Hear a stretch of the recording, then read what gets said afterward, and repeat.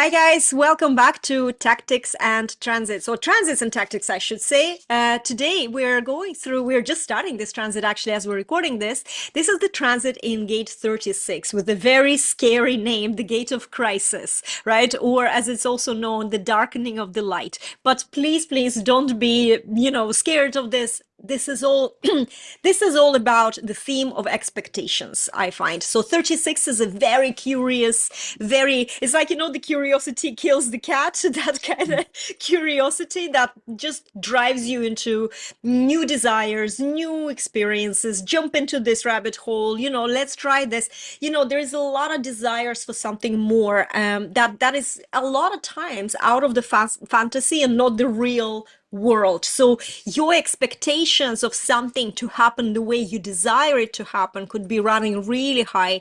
And then, if that doesn't happen, you can crash. And so I find myself, I was just sharing with Anita how, I'm watching this 36 because I don't have it on my emotional. I have a completely open solar plexus emotional center.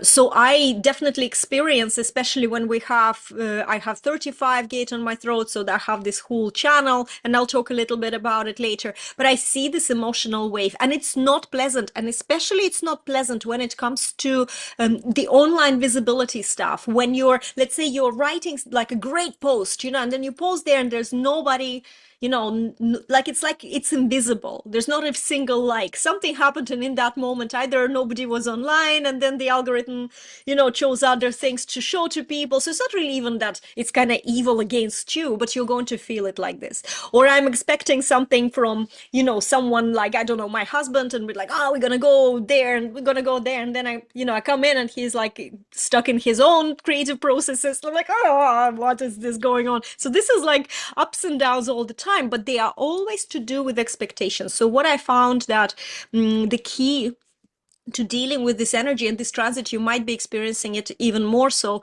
is to just staying away with emotional attachment to your expectations and being open, right? Because if you're not open to how things can happen or not happen at all, if you're not open to these possibilities, you can feel overwhelmed with those expectations when they're not met, or just feel unsettled. I know that feeling. It's really not pleasant, and it stops you from just like being in the flow.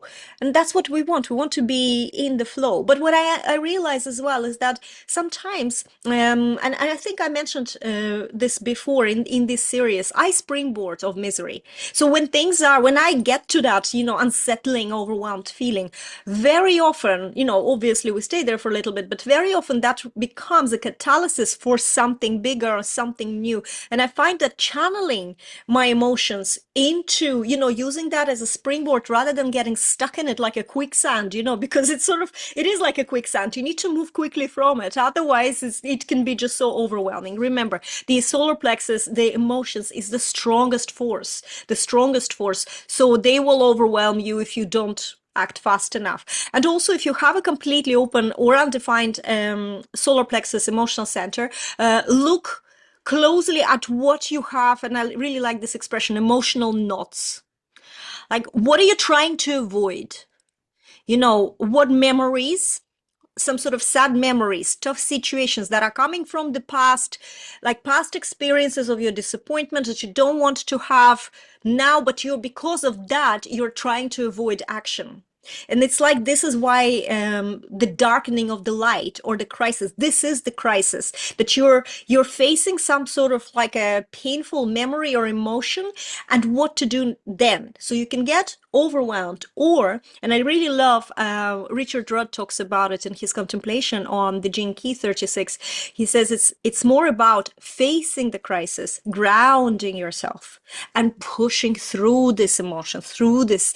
And then the expansion is, it's not going to be some sort of like a burst and everything, disappears or dies. No, this is an internal expansion that you can feel. And I really resonated with this because in the story of my life, it's definitely exactly the story. I was just rereading some reasons my own book, came to me.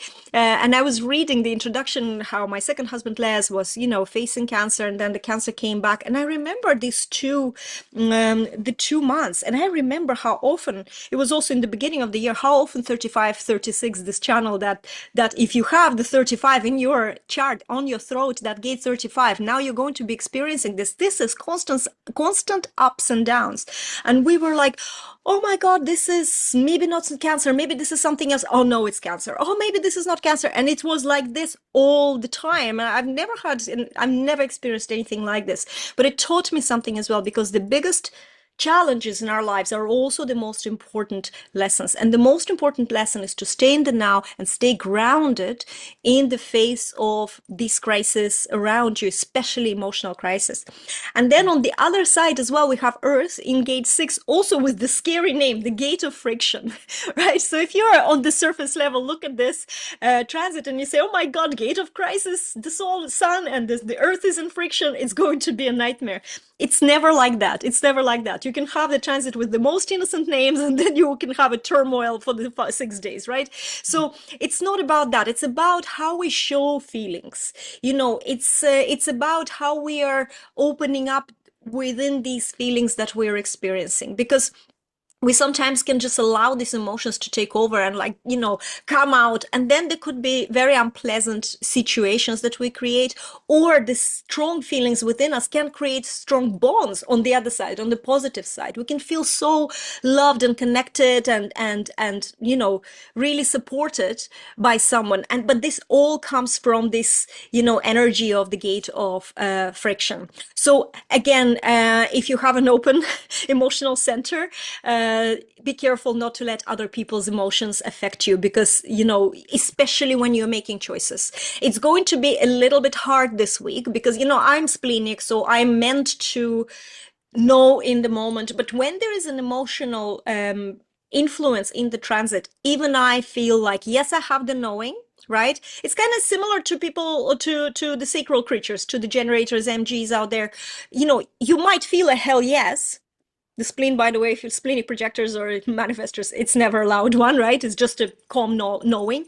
But you have to wait for emotional clarity, I find. And this is not somewhere you read in the book. This is, maybe it's written somewhere, I don't know, but it's my experience. Wait through that emotional wave. So write it down. I have my little missions diary, literally like a one-page diary, right? And I just write down those missions, those things I want to happen. If there's a yes, I'm going to put it in my diary. It's okay not to do it straight away, because you need to make sure that this knowing experience, you're just making your own decision and it's not somebody else.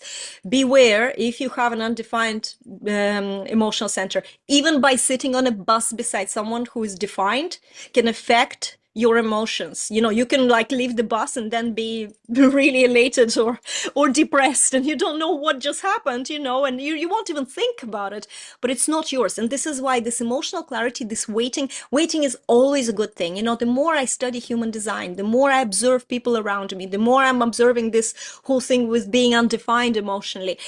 Waiting is an advantage because it gives you power to make sure that your choice is correct for you. Rushing into things is not always a good thing. Yes, there are moments when we already know and we have the emotional clarity, or, we just know and we can act. And I've been known for that, even like how I get married every time. It's almost instant, right? After meeting the guy, it's 3 marriages like this. But those things, they're big yeses, inside, right? But still, waiting is good. So if you do have, let's just talk a little bit about this channel 3536. This and this is a harmonic gate as well, 35. So this channel itself, again, ups and downs. We can do a lot of things at the same time, because it's like 35 wants to constantly do something new. It masters this, not that masters, but it gets to know the thing, and then it wants to move to the next. This channel is sometimes called the jack of all trades. And somebody said, a jack of all trades, but master of none. However, it's better that not to be a master of any, right? So when you have this channel, or what can happen this week is that you can do a lot of things at the same time. You can just be drawn. Even I already feel like before we started recording this, I was getting ready and putting some research together, and suddenly I had to drop it and do something else because, I was just so drawn to do that too, and then drop that and come back to this. I think that it's okay if you were experiencing this. Just be aware that this is just the energy of this, dropping things. If you can get bored very quickly with one task and move to the next task. It's all good. It's fine. Just be okay with the way you're going, and trust, don't be okay with not maybe completing things in a way that you think they should be completed or done. This is a very big one, because you have to be open when this energy is driving you into new experiences. There's no way you know how it's going to, pan out until you're living through it, right? So we get hooked up on, oh my God, this is not the way this should be, or I posted a post, it should have some responses. No, it shouldn't. There are so many factors completely relevant to us that may, influence this. Just create, put it out there, be open. It's all about moving forward. It's all about enjoying life. It's not about getting hooked up on expectations. So just to summarize my introduction, what your expectations, be open to things not working out the way you think, and so in your thinking be more flexible. And I think that this will really, really help you. Anita, I know you love this energy, you said to me. So how are you experiencing it? I do, because of course I'd be teaching people how to manage their energy, especially in manifesting. And to me, this is breakthrough energy. This is breakthrough the conflict and the crisis that will arise. It always arises just as you're about to break through. So when you know this, you literally put your hand on your heart and say, okay, is this breakthrough energy or breakdown energy?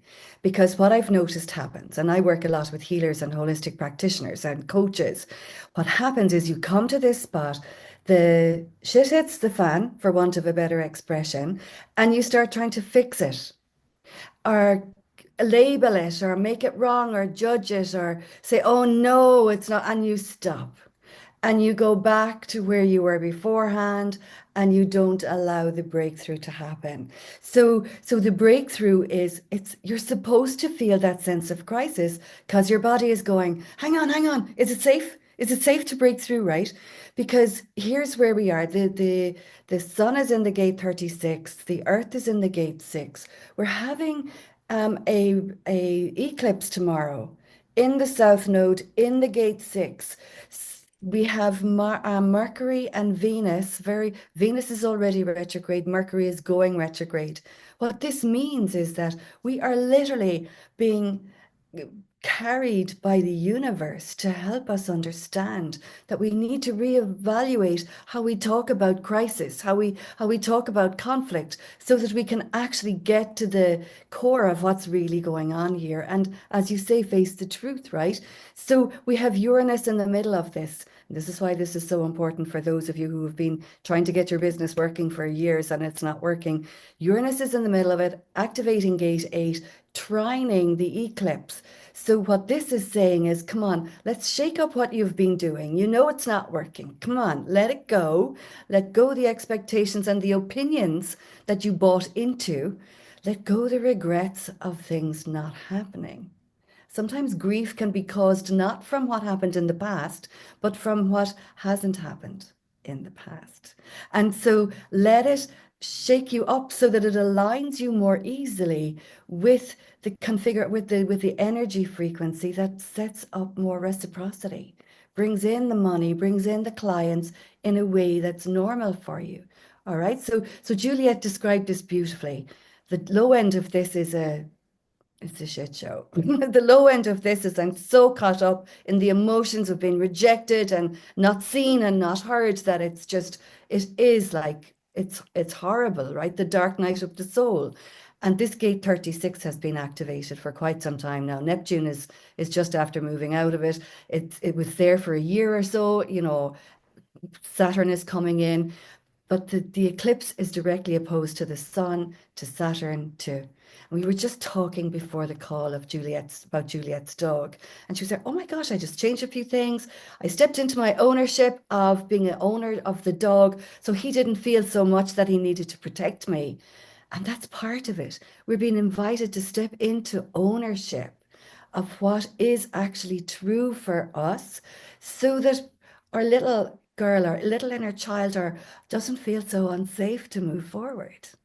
May I And say something just while yeah, you're, because it's really important. I want to share this part. I've been thinking about it now for my dog was a very nightmare dog. In fact, I'm blaming him for the lack of my visibility, especially in terms of recording podcasts. Like we have another series, Lighthouse Projector series, and we don't record it because, I was so paranoid that every time I have to do a recording for a whole hour, my dog can bark at any minute. In fact, I have an episode on my Visibility by Design podcast. That is one of the best episodes I've had about the sacral energy. And at around 16 minutes mark, my dog is barking in a different room. But somebody messaged me and said, I couldn't listen to your podcast episode. My sound sensitivity just went through the roof because I heard the dog barking at the back. And it's really horrible. Just I felt so trapped.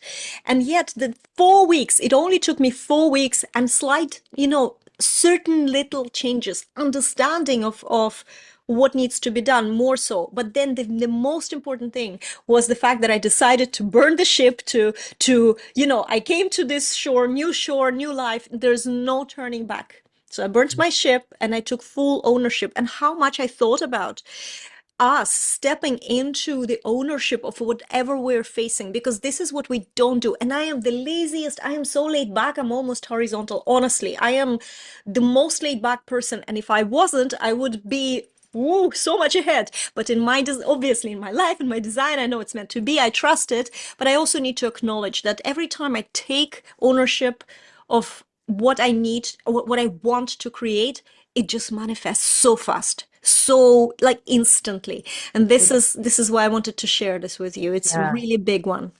so important because as soon as we stop moaning and groaning and giving out about stuff and just really look at it and say, okay, there's no point in continuing to give out. Just it is what it is. What do I need to do to move that forward now?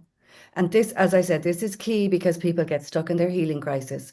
They'll start healing it and fixing it instead of with this beautiful eclipse. It's like a cosmic flush, right? Just flush the toilet, the Yeah, yeah. equivalent, right? The energetic equivalent. Just flush it. Well, I better not go into the, I used to work in microbiology, so I've no problem talking about all the bits that come out of all the holes in our body. But it's just we don't pick out the poop out of the toilet and say, "Oh, I miss you."